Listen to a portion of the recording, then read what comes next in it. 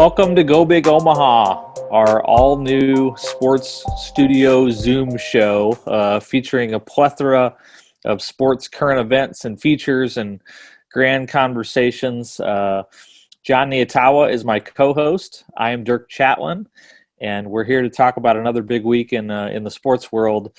There's a whole lot going on. High school volleyball finished up with some.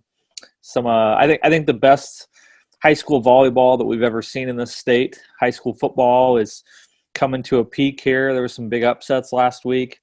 But I think the big news, going on in the sports world is obviously how COVID is wreaking havoc. And that is affecting all sorts of different events, most notably in the SEC football this week. And Jon Nyatawa is dealing with it with Creighton basketball eliminating fans from the CHI. John, it's just sort of the storyline that doesn't go away.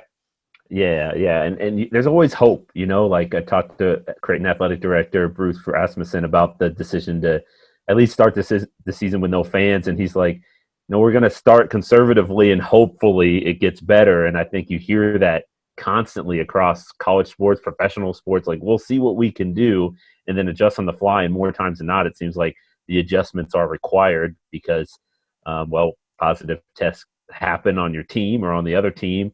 And obviously you see the numbers across the community. So it's a wild time in sports, especially college sports, like looking at the game schedule for Saturday. I just think about how much devastation I know Husker fans felt 2 weeks ago when we learned that Nebraska was not going to play the Wisconsin game.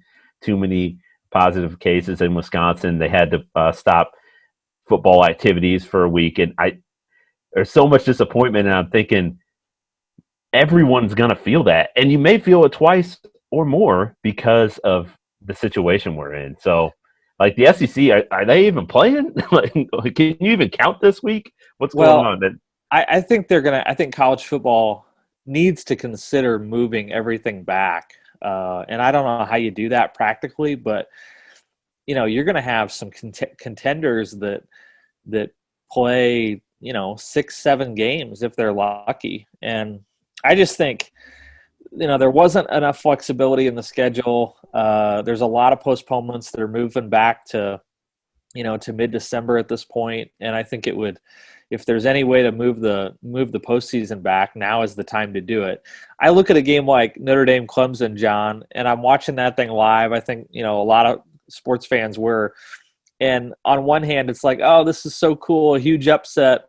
And then you see 15,000 students run out onto the field and you're just like, oh no, it's like this constant, push and pull, tug of war between, sports is normal, sports is not normal, sports is normal, sports is, a tragedy waiting to happen. And I don't say that lightly because I know it's serious stuff, but man, that was so awkward just watching the celebration Saturday night.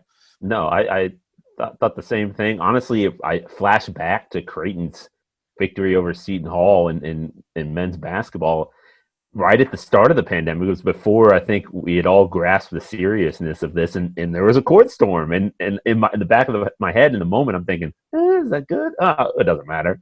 But now, oh my gosh, no way. That's it's something that can't happen. Dirk, man, I'm watching old TV shows and movies, and I'm having that jolt of oh my gosh, those two people, they're too close together. You can't be doing that right now. And it's stuff that was shot years ago, but it's so ingrained in my mind now that we have to social distance, and it's definitely affected my viewing experience for sports. There's no question. And like you said, that scene was cool, but a little cringy. Yeah. One sports event that we're pretty sure is going to happen on Saturday is Nebraska football against Penn State. The home opener for Nebraska in front of an empty stadium, Memorial Stadium. And I think the big question is who Scott Frost is going to trot out there at quarterback. I think the tea leaves suggest that there's going to be a change and that Luke McCaffrey might make his debut. I don't know if we will know that before Saturday. We might know it Thursday when I think we're if Scott Frost is holding his cards close to his chest. I think he's probably he might keep that news all the way till Saturday. But John, what do you make of Nebraska's quarterback quandary right now, and just how they can finally create some big plays on offense?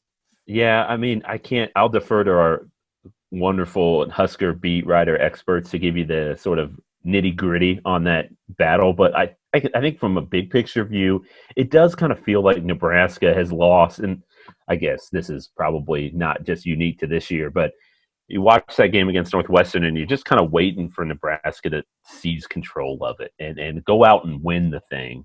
But it kind of just felt like the Huskers were on their heels. And so I think that attacking mentality, it just felt like it was missing, and not just from the quarterback position, across all positions on the field. So there's some sort of mentality piece that I think that the Huskers still have to find, and maybe that comes with just getting lucky and having some plays go your way and finding the momentum again.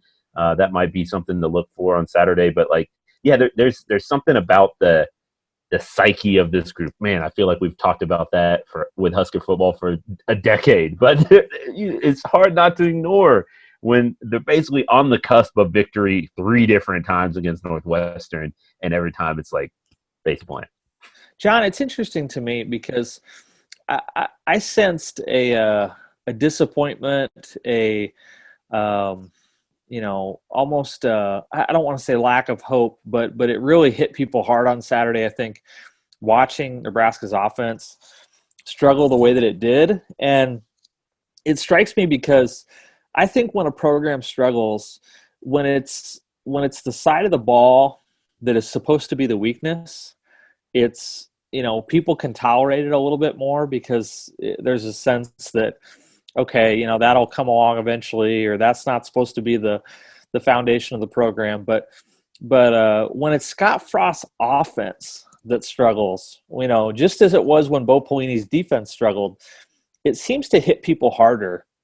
I think there's a sense that, hey, wait a second, that's supposed to be the identity of the program. If that doesn't work, if that's not a strength of the program, where are we? And that seems to send people into a, more of a state of sort of a malaise or a depression than if, Nebraska's losing 45-42 because the defense isn't holding up its end of the bargain. It's just interesting to me when, you don't want to see your leader sort of have the armor cracked the way that it was on Saturday. And I just think it's really frustrating, first of all, for Nebraska fans, but also worrisome that if Scott Frost can't, if he can't reproduce what he did at Oregon and UCF, where's the program going to be? Yeah. And I don't know how, I mean, football's a funny game in that a week can make a lot of difference. But when you watch the way that things have transpired this season, I mean, I've heard from a lot of fans, personnel changes, that maybe that's the answer. But maybe there's issues with the way that the guys are being prepared for games, like the mistakes that they make seem to pile up on each other or pile up on themselves, or a mistake totally spoils a drive. When you watch Scott Frost teams at UCF, like they certainly were not perfect offensively. They had mistakes, numerous mistakes, but yet they just kept on going. It wasn't oh no, what's about to happen now? It was like, okay, you got that one. We're coming right back at you, and hitting you with a deep ball or coming right at you with a quarterback run, and always put the pedals to the floor. It felt like, and Nebraska hasn't captured that yet under Scott Frost here, which that's definitely concerning. I don't know how, as a fan, how you wrap your mind around that, other than you just say, you know what, he'll figure it out eventually because his track record says this, that he will. Why has it taken maybe a little bit longer than expected? Unclear, but yeah. maybe they can sort some things out. Well, the benefit Saturday is that they're playing a program that is probably feeling worse than Nebraska is. Is that a good thing? I don't even know. Penn State's off to a terrible start. Yeah. Just terrible start. I mean, you lose week 1 on a very controversial play, and then you have to play Ohio State, and then you just completely fall flat on your face against Maryland. Penn State, I'm guessing there's a lot of guys on that team that are wondering, why didn't I opt out? Why can't we end the season now? And maybe that'll play to Nebraska's benefit. Yeah, maybe. Or the opposite happens and they rally around, I don't know, some sort of team meeting, James Franklin pep talk, and then they go out and play their butts off. Who knows what to expect, but certainly not the sort of frame. The when you look at this game, the way that this game's being framed, it's not what we expected going into the year to have two teams with as much. Obviously we knew what Nebraska was up against this year, but there's still optimism, and obviously Penn State had a lot of it too, and has a lot of talent on that roster. So to see 0 in the win column for both of these teams going into Saturday is odd. But somebody's going to figure it out and get that W, and obviously Nebraska hopes it's them. Something's got to give. Yeah. I might have to close my eyes midway through that game or at certain points while I'm watching it. It might get ugly, but somebody's going to get the win. It's also going to be really strange to see an empty Memorial Stadium. I mean, that's literally not happened since 1961. To see just huge open spaces of empty seats in Memorial Stadium, and I don't care what the circumstances are, that is going to look so odd on television. And you know what's weird, Dirk? It's like even 30 minutes before games, it's not empty. Right. So I've been there on a Monday when they've hosted press conferences in the stadium and nobody's there. So yeah, but like, how often have you actually been on the field looking up at the stands, and so nobody there, and certainly on a game day in a competitive environment, you don't ever see it. So the vibe is just going to be totally different, and the players are going to do their best not to pay attention to it. They always try not to pay attention to it anyway, but I don't know, man. That especially like you said, Memorial Stadium, given what the fans mean to this program and the identity that they're kind of like fitted together with Nebraska football and the fan base and that environment. So are they going to do the tunnel walk? I don't know, but those cardboard cutouts are going to be going crazy. I can tell you that. I hope players can high five the cardboard cutouts and enjoy it as best they can. That might be the weirdest thing. Yeah. Our format for Go Big Omaha looks like this. Every show we do sort of a feature interview in the middle of the show, and we kind of build around that. So our guest today is former Nebraska running back George Acholoa. And George Acholoa is a fascinating guy for lots of different reasons. He's very very well educated, very well rounded, and has a lot of opinions. He also dresses nicer than both John and I. So we discuss pay for play, the pay to play sports model in youth sports, and the problems with that. His Husker Letterman's Club that he started, his assessment of Scott Frost, and much more. Here's George Acholoa. Well, we want to thank George Acholoa for being with us. He is about as well-rounded as any individual that I know. Everybody else works on a clock of 24 hours a day, and George is working on a clock of about 36 hours a day, I think. So, George, you're a former Husker. You're a former Creighton Prep Junior J. You are an Omaha attorney, and you've worked with everything from the Omaha Housing Authority to the new Nebraska Football Letterman's Association. And we just want to welcome you and thank you for being on our show today. Absolutely. I look forward to having a conversation. I follow you guys, print and otherwise, so it's nice to finally have a conversation, even though it's not face-to-face. We're using this new medium that we're all getting used to, but it's nice to have a conversation.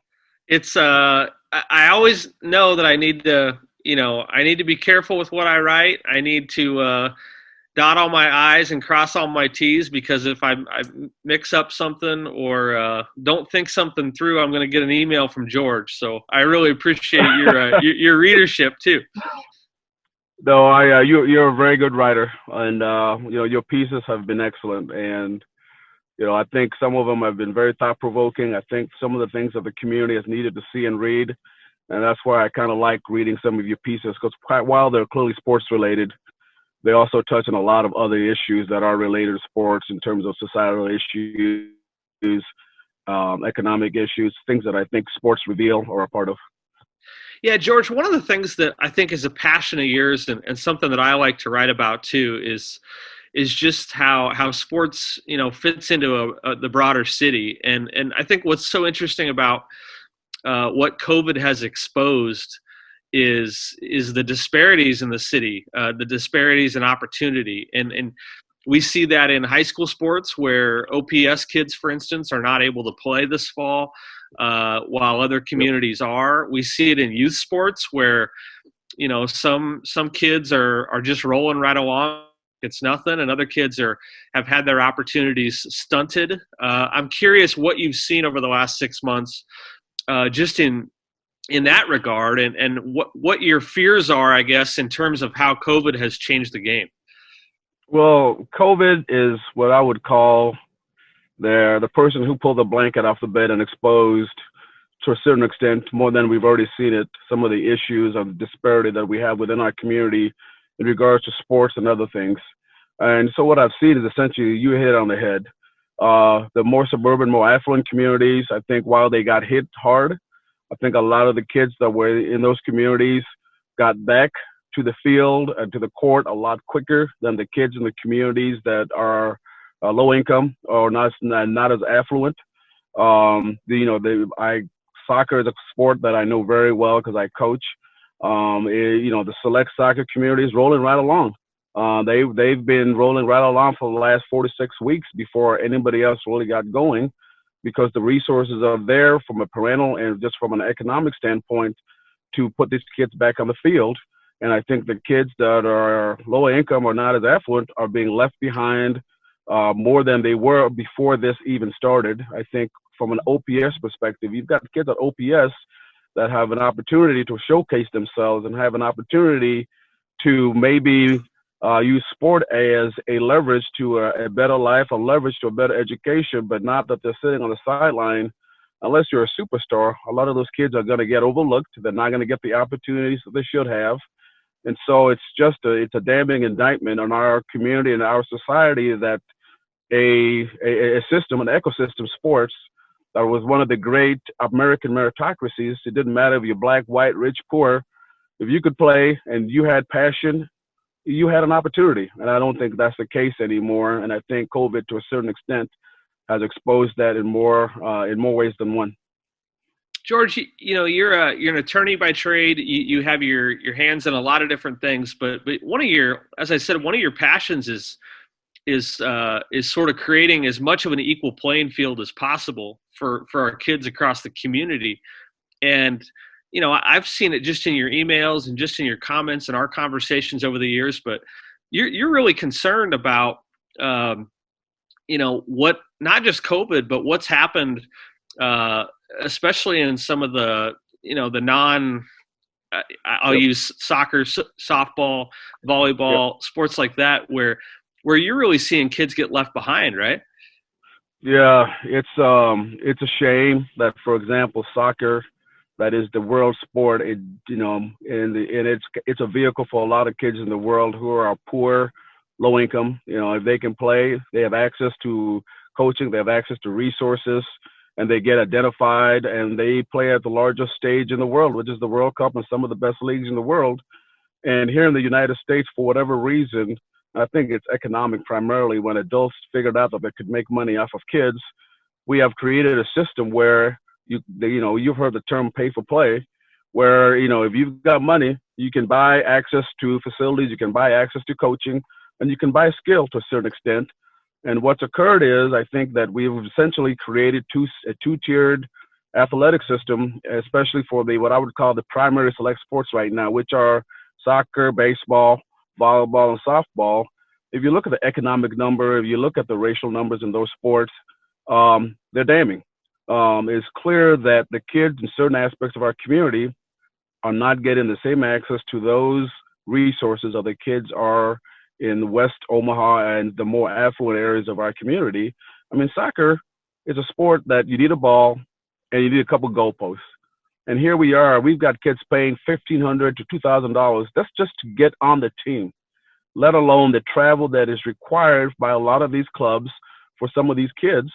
And so a parent can easily budget spending $7,500 to $10,000 a year for their kid to play sports. And not a lot of folks in the low-income community can make that kind of sacrifice.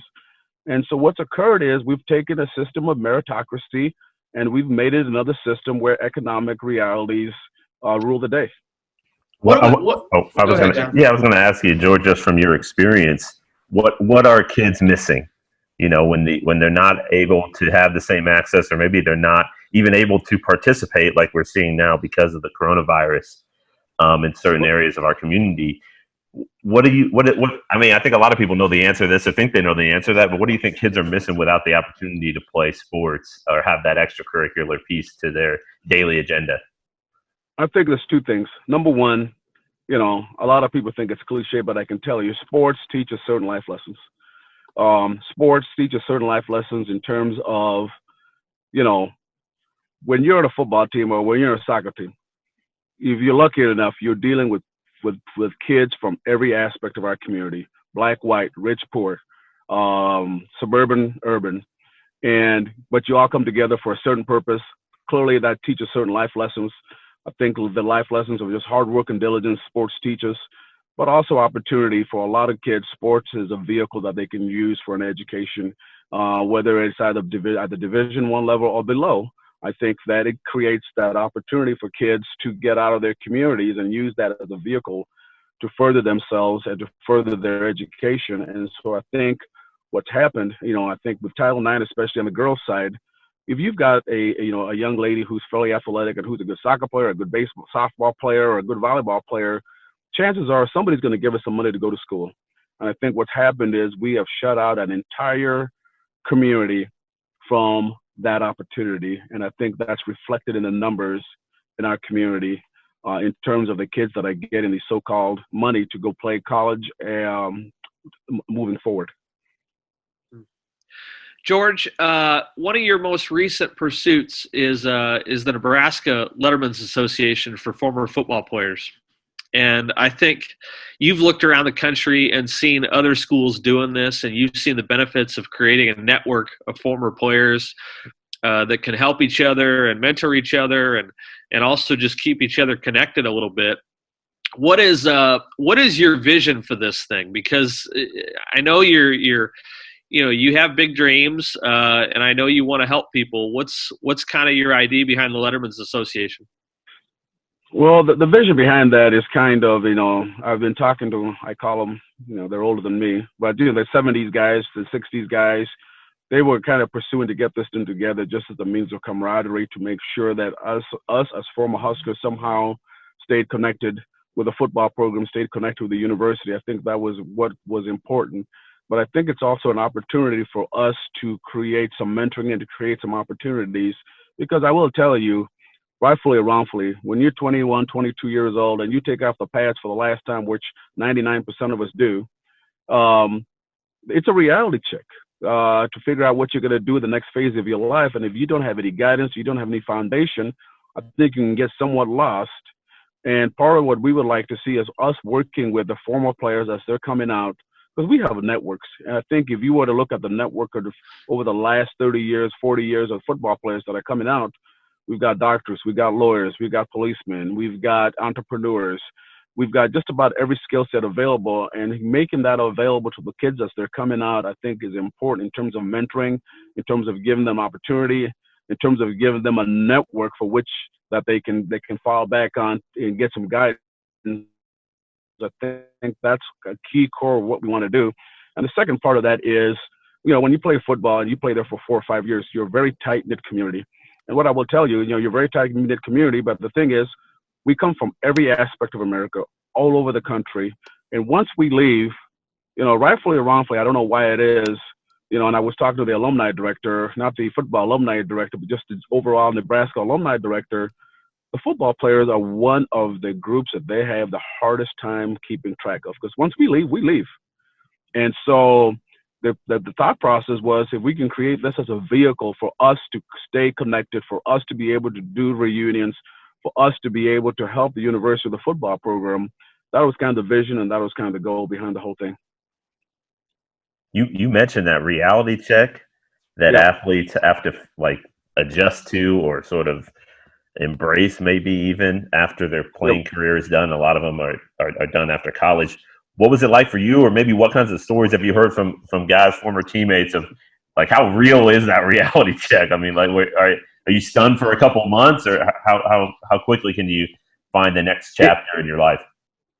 It hits you. I mean, I think when, come January 1st or 2nd, when, if you're lucky enough to go to a bowl game like I was, and I finally took those things off for the last time, I'm still in school. So I finished out that year from January to May. So you're still around a lot of the guys.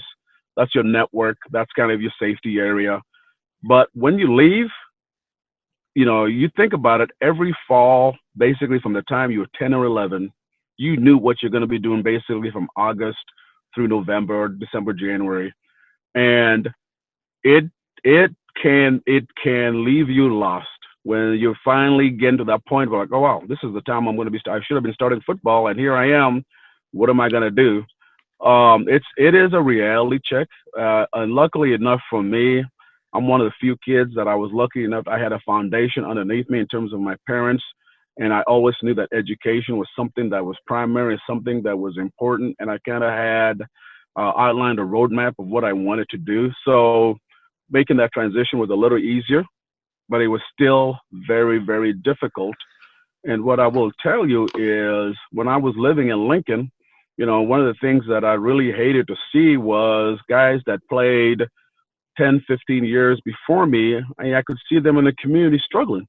They had just never made that adjustment from being a Nebraska Cornhusker to being a private citizen with a role, because I'll be honest with you, and I mean, this is not say it in a negative way.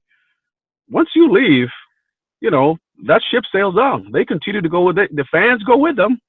The players go with them. And you're sitting here on the dock like, okay, what do I do?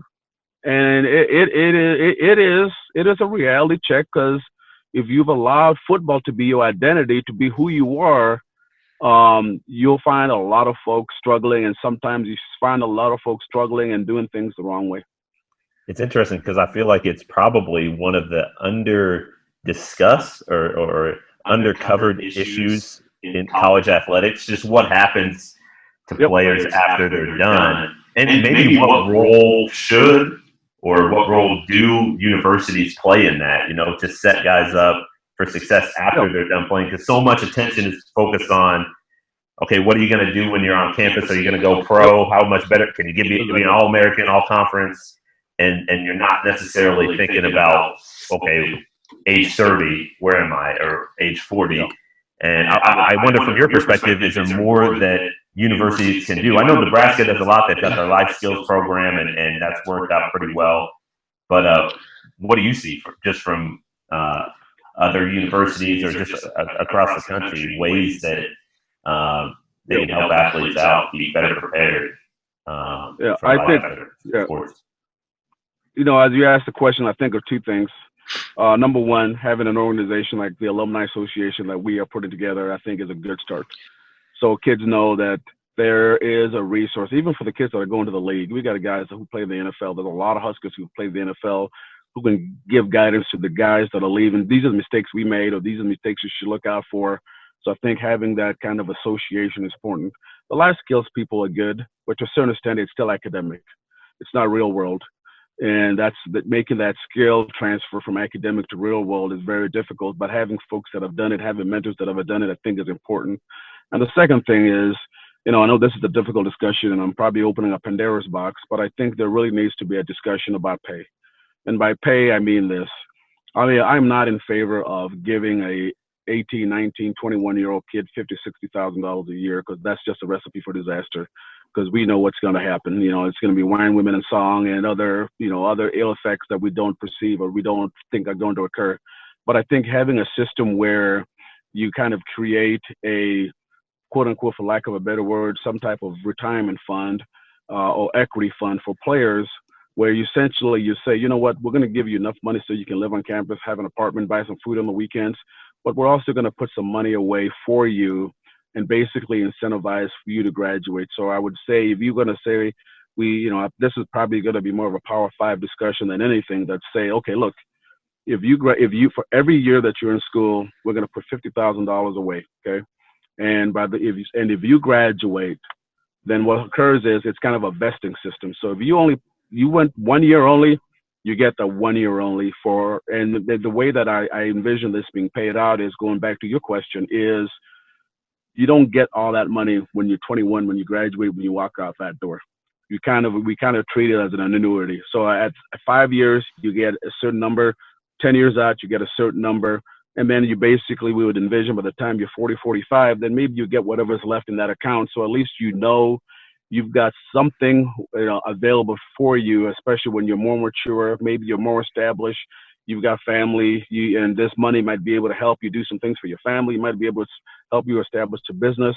But I think putting something like that together, or having a discussion about putting something like that together, is, I think, what the Power Five, especially in the NCAA, they want to get ahead of this thing, because I think at some point it's going to come to a head. And this is the other thing that COVID has exposed, in my opinion, is, and I've told Dirk this, these kids are professional athletes.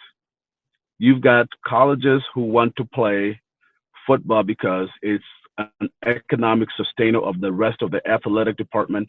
It is an economic sustainer of certain communities. I mean, I think I read somewhere in the paper, Lincoln makes somewhere in the neighborhood $200 to $300 million off of football alone as an economic engine.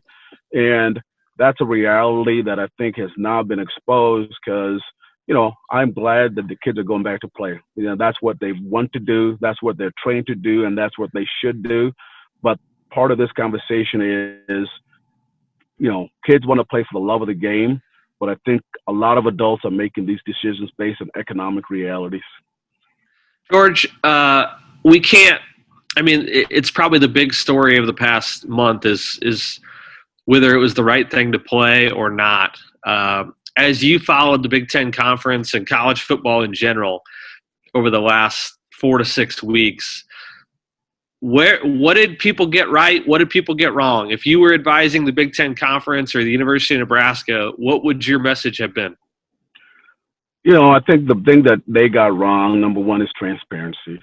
I work with a lot of governmental agencies, a part of the work that I do. And what gets you into trouble more than anything is when you make decisions and you don't tell people and give them the details why you made that decision, or those decisions are made behind closed doors.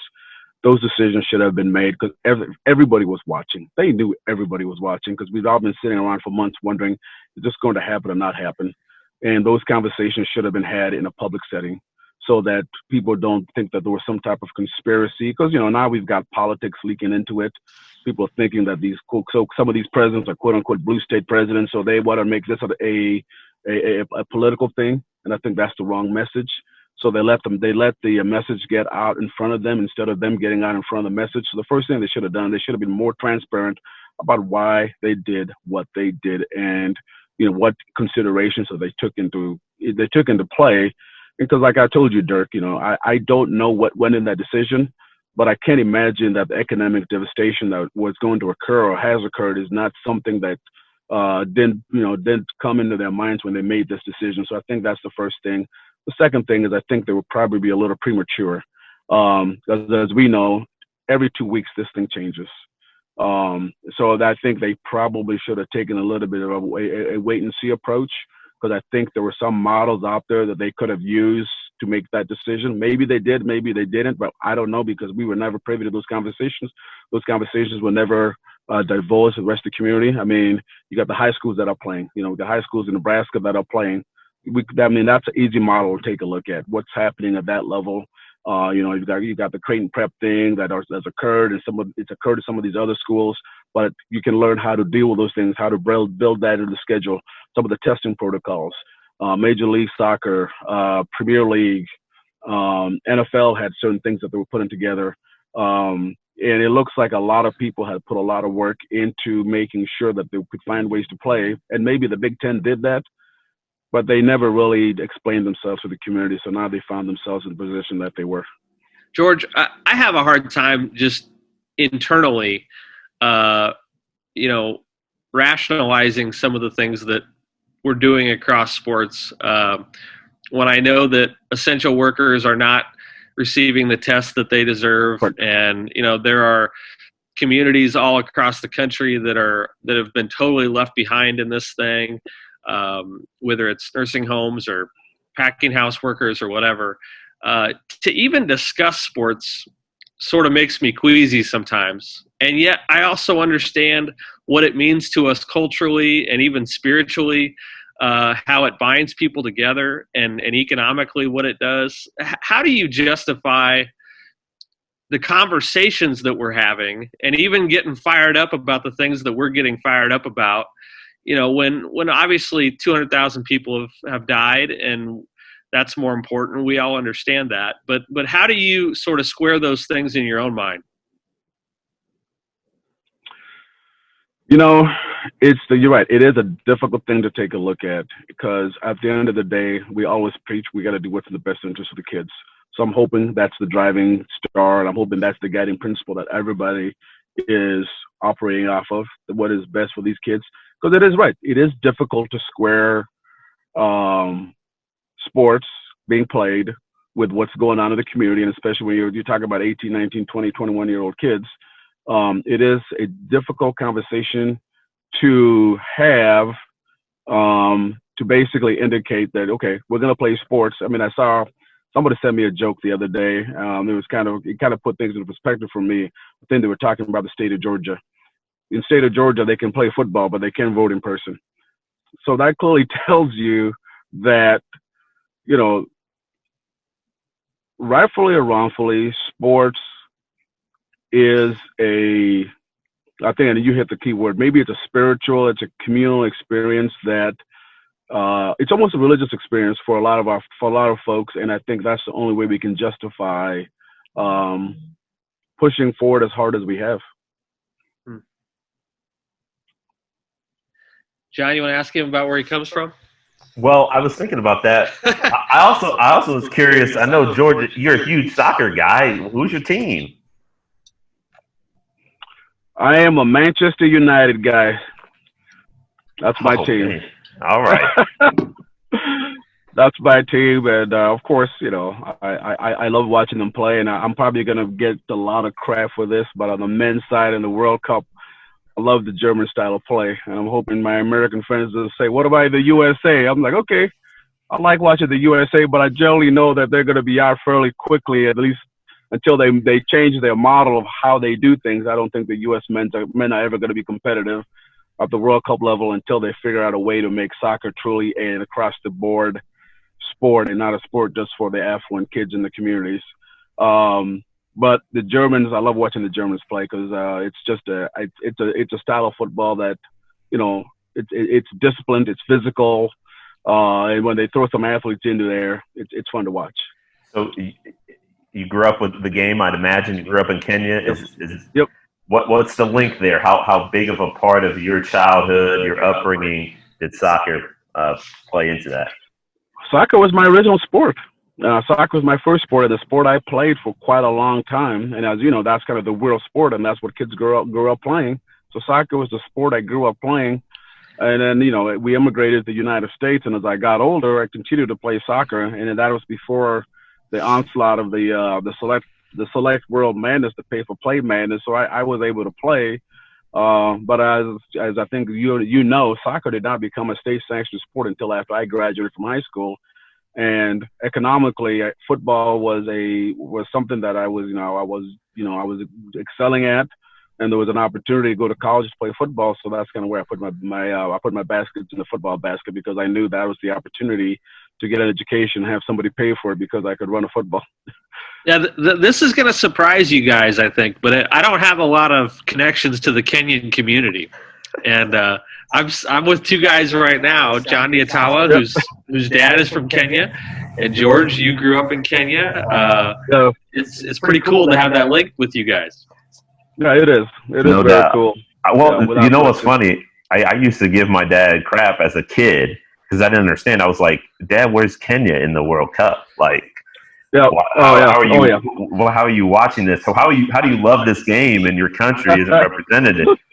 And then he'd take me outside barefoot, by the way, with a soccer ball, and just start blasting shots at me as I tried to be the goalkeeper in front of our garage. Absolutely. No, the game was a huge part of my upbringing and his life too. It's just It doesn't matter where you're from in the world. It just seems like it's. I mean, he was playing it when he grew. Right, it seemed like first thing he can remember is playing soccer. Hey, that World Cup every 4 years when that World Cup comes on, I'll tell you, I'm a junkie. I mean, I'm a junkie, and so I cannot wait for it to get to the States. So we have an opportunity to kind of watch it in real time, like we did when they had it in South America. So it's people talk about a spiritual thing with Nebraska football. The World Cup is that on steroids. And honestly, I'm hopeful at some of the things that we talked about, especially early on. The growth of soccer in the U.S., obviously, it's on the rise. Youth sports participation, just the eyeballs that are on it, creating opportunities for younger kids like that. There's a potential there. Whether maybe the question is what do we need to do to help usher or help create some of the opportunities, maybe stave off some of the issues, some of the problems that you brought up earlier in our conversation. Yeah, I mean, I think the pay-for-play system is something that definitely, I'm not going to say it's the 100% the biggest problem for men's side, but it is a major contributor, in my opinion, to the success of the game on the men's side, because we don't have the system that they do in Europe or South America that would identify kids at an early age, especially in some of our poor communities, and give them the opportunity to play the game at a high level. You go out to Tranquility Park, I guarantee you it's going to be 90% suburban affluent kids out there playing soccer on the weekend, because the kids, in this north, south, Omaha, for the most part, don't get the opportunity to play at the highest level. Now, luckily in Omaha, we do have a couple of communities that are changing that conversation. If you had not had a chance to go see the OHA boys play, the Omaha Housing Authority, I was there and we helped start that program. Go watch them play. And you will see kids that love the game, are paying nothing to play, and they will go out and they will beat the pants off. These kids are paying $2,000 to play because it's a passion, it's a love. And that's the future of soccer in the United States, and that's the model that we're going to have to take a look at if we were going to make the U.S. men successful. The U.S. women are successful because Title IX, the U.S. women were way ahead of the curve when women's soccer started because of Title IX. And so they were just ahead of the rest of the world in terms of women. But as you can see, that gap is rapidly closing. I mean, I think Brazil's closing that gap. The Germans clearly are closing that gap. Japan's closing that gap. The Netherlands is closing that gap. And so unless we change the U.S. model for women too, that dominance is also going to evaporate at some point. George, like I said, you're very well-rounded, and this is way more soccer conversation than anybody would expect tuning into a former Nebraska football player. But you went through the Husker program in the late 80s, early 90s when things were not going so great. I mean, there were some, a lot of 9 and 10 win seasons, but it was a few years away from a breakthrough. And drawing a connection from that to where it is now, which is obviously we're talking about losing seasons, but I'm just curious, is there any parallel there? And if so, how does Nebraska football make the jump?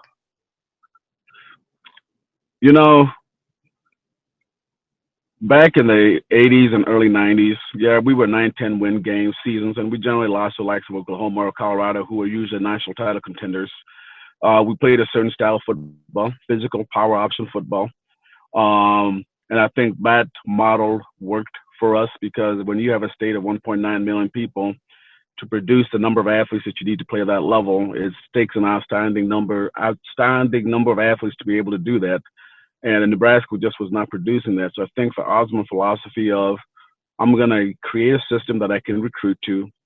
I'm going to build the kids to a level that they need to play, and I'm going to put it in a system that we can be successful, was an excellent model, which he tweaked in 94, 95 with just amazing athletes to get him to where he got. But we broke that model. We broke the mold, and it's going to be difficult for Scott. I think he's doing a good job recruiting. I think he's doing a good job teaching, but I think we're going to have to be patient with him because the cupboard is bare, guys. I mean, they're just the level of ability to play at the level of Ohio State, as you can see, when Ohio State's got 2 or 3 guys picked in the first round, the way we used to do, it's difficult, So I think Scott's got a a big hill to climb, and I'm hoping that the people are patient and understand that this thing was a lot more broken than people understood. The level of athletes, the love, the system, the culture, just was not there. And people talk about, what we did in the field was excellent, but the culture just overall, what was expected of you as a Husker, the level of expectations was so much higher than the level that was expected when Scott got there. I mean, I hear horror stories about kids, weight room was optional. I mean, come on. I mean, back in our day, that was not even a choice. You went to the weight room, you worked hard, and that was part of the culture. And he first thing he's doing right now, he's trying to rebuild the culture, and he's trying to establish that culture. And as you can see from what I've seen in the paper, we've had a lot of kids leave, and I think that's just a part of that, trying to establish a culture where things are going to get done a certain way. But I think I have faith that he can get it done. So the parallels are he's working with a lot less than Coach Osmond had when he started the program. But I think he understands what the culture needs to be, and I think he understands from the X's and O's what he's ultimately going to need to do to compete with Ohio State, and Penn State at the top. John, should we set him on his day? We could talk Husker football forever if you wanted to. I'm sure that. George he's so well-rounded in his interests that I think we could probably go in and talk LeBron and Giannis and those guys too. But we'll spare you that, George. Absolutely. We just want to thank you. We want to thank you for being part of our show. Yep. It means a lot to us, and especially in this sort of unconventional media that we're doing it in. So we appreciate your patience, and thanks so much. We know you're a busy man. No, thank you for giving me the opportunity to talk to you. I read both of your guys' pieces, and you guys are both very good writers. And, hopefully we'll get through this whole COVID thing, and sports maybe will come back to some semi-normal where I can meet you guys at a pitch or the football field sometime. Sounds great, George. Yeah, maybe I can give you guys some of my hair here. I didn't realize that I was going to be the only one who decided to go with the no barber rules during COVID. Oh yeah, I went with that for a while, and then after a while I said I can't do this anymore. So I had to go back to what I'm used to, because that itch and all that hair to wash, no. I can't do all that. I don't have the option, guys. All right. All right, take care, George. Okay, thank you. Thanks for listening to our interview with George Acholoa. Let's wrap up today's show with a little bit of college basketball talk. And John, the recent top 25 polls in college basketball came out. The Creighton Blue Jays are number 11. I think they are underrated based on where they finished last year and what they have coming back. I would have expected somewhere closer to 5, 6, or 7 in the country. What is your expectation for the Jays, and most notably how they might handle the high expectations? Yeah, number 11 in the preseason AP Top 25. It's the best start to the season ranking that Creighton's ever had in program history. So obviously, dealing with the hype and the expectations is going to be new for this club. When you think about the group last year, started the season, I think they were picked 7th in the Big East. So certainly way off the radar. Yet internally, those players thought that they were certainly NCAA tournament quality and had a goal to compete for a Big East title, and they did that. They won it. They won a share. And then I think they finished 7th in the final AP poll, and we're in line for a 2 seed or a 3 seed, depending on what the selection committee would have decided. So, yeah, Dirk, I think you're right a little bit there. I mean, I can certainly understand why voters, pollsters would be a little bit skeptical of Creighton, just because you lose Tyshawn Alexander, who was a big piece on both sides of the ball, and honestly, like what Creighton's track record, what have the Jays done? Certainly in March is not there, so I can understand why folks might be skeptical. But you bring back 6 of your top 8 scorers. You're adding Antoine Jones, a transfer who's going to play considerably. Ryan Kalkbrenner's a freshman from St. Louis, a big guy who has impressed in preseason camp, and Jacob Epperson's coming off an injury, so there's another 7-footer to add some size inside. And I mean, Marcus Zagorowski is the centerpiece, and he's a preseason All-American in a number of different spots. The preseason Big East Player of the Year. I mean, if you have anyone who has one of the 15 best players in college basketball and experience around him, like you're gonna feel really comfortable about where you are going into the season. I think Creighton's I think Creighton feels that. So how will they handle the hype? I don't know, man. Like I think that they got a lot of guys who are pretty well grounded and they seem to say the right things and they work hard. We know that's kind of been a staple of Greg McDermott's teams, particularly in the off season. And this has been a weird off season, but we'll see. I think they'll be fine mentally to handle it. But one of my questions is how often are they getting the best shots from everyone else now that they've got that target on their backs? Yeah, it's a great point because last year, I think I noticed in December, if not early January, that Creighton had a chance to be pretty special. I mean, I was on that bandwagon pretty fast.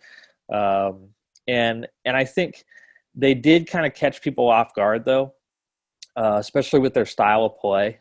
And I just wonder, it's a very, very different situation when you're kind of going from being the underdog and sneaking up on people to being, like you just said, I mean, the defending Go-Big East champions and the team that's kind of got a target on your back. And it's just a different mentality. It adds pressure. It motivates your opponents. It just kind of heightens everything, intensifies everything. And I think Creighton's got the experience to handle that well, but it is a completely different mentality. And I don't think you can take anything for granted necessarily. Yeah, but you'd rather be in this position than another position, right? And so there's a lot of guys on this team that, they've always sort of had that chip on their shoulder and wanted to get here, to get to this point where they're considered one of the best programs in the country and part of a team that's really, really good and has a chance to go far in March Madness. So now that they're here, they get their opportunity. And I'm eager to see what they look like, Dirk, because while they do bring back a lot of guys, like I said, I had mentioned a couple big guys that they didn't have on their team last year. Like it's going to look a little different. They beat teams with small ball last year, maybe perhaps more so than I thought they could. I mean, I think they won that schematic X's and O's battle more often than not just by going small and throwing some of those traditional lineups or forcing teams to adjust or go away from those traditional lineups. Well, Creighton might be a little bit more traditional this year. Still got a lot of talent, still have good players. That offense is going to be clicking night after night. But it may look a little different. They may have to go about things a little bit differently. And so I'm kind of curious to see how they do that. Let's just hope the season happens. Let's hope that most of the games play as scheduled. We'll discuss more of that in the coming weeks to Go Big Omaha. Everything's kind of coming to a head here with the two major sports seasons in college sports, kind of overlapping here in the next few weeks. So we'll be excited to talk about it. Thanks for joining us. And if you have any suggestions or recommendations for guests on Go Big Omaha, we encourage you to send Jon Nyatawa an email with all of your advice for the show. Yes, I'll take all the feedback. I promise I'll read all of it. I will not skip over anything and accidentally hit delete or anything like that. No, we love feedback, honestly. So anything you guys got, send it our way. Thanks for listening. We'll see you next week.